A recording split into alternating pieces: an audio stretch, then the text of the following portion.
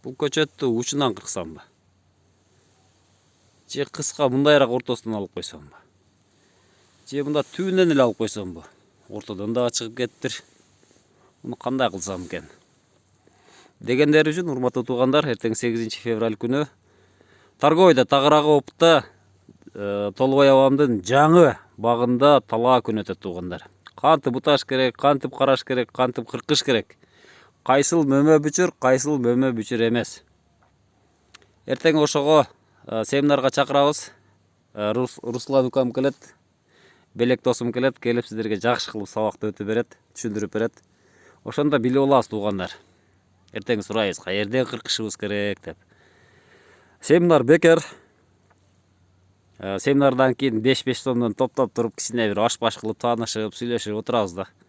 Бул алтынга тете маалымат болот. Урматтуу кадамжайлык туугандар, келиңиздер. Эртең жүз көрүшүп, бир дидарлашып, сүйлөшөлү, бир ака-ука болуп дегендей. Баягы көчөттү кой эгип аласың. Доллардык көчөткүч.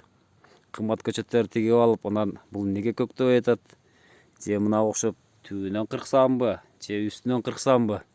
Кессем бул кетип калат да деп ойлонуп отурбай, коркпой кесе турган болуп алабыз. Бутакчыны издебейбиз. Ошондой өзүбүздүн багыбызды өзүбүз кесип, интенсивдүү бактарды кыла беребиз. Туугандар, келиңиздер эртеге.